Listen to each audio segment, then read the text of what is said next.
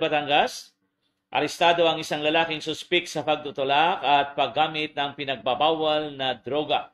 Yan po ay sa Anti-Illegal Drugs Bypass Operation sa Barangay 4, Calatagan, Batangas.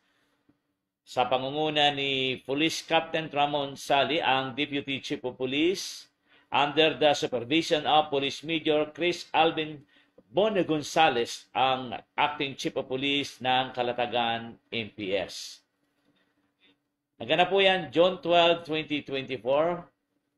At kinilala nga po ang suspect na si Aldrin Villalobos Masaga, 18 years old, walang asawa, tubong Barangay 9, Balayan, Batangas, at kasalukuyang naninirahan sa Barangay Talisay, Calatagan, Batangas.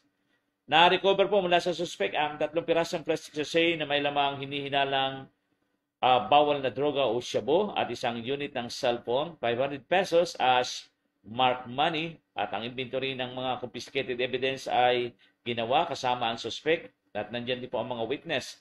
Nandyan po ang DOJ representative, Mr. Michael Saruca, at ang media representative, Morris Fronda po ang inyong lingkod mula po dito sa City News Now Production at Fronda Patrol News. Kasama din po natin ang mga barangay elected official, Barangay Councilor Ramona Perez at Barangay Councilor Crisanto Ansaldo ng Barangay 4, Calatagan, Batangas.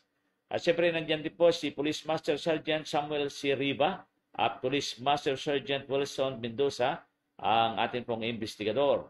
Sa ngayon po ay nasa kustodiya ng Calatagan MPS ang suspect at kaso nga pong paglabag sa Section 11 o Section 5 and 11, Article 2 of Republic Act 9165 ang kanyang haharapin. Tuloy-tuloy po tayo mga kaibigan.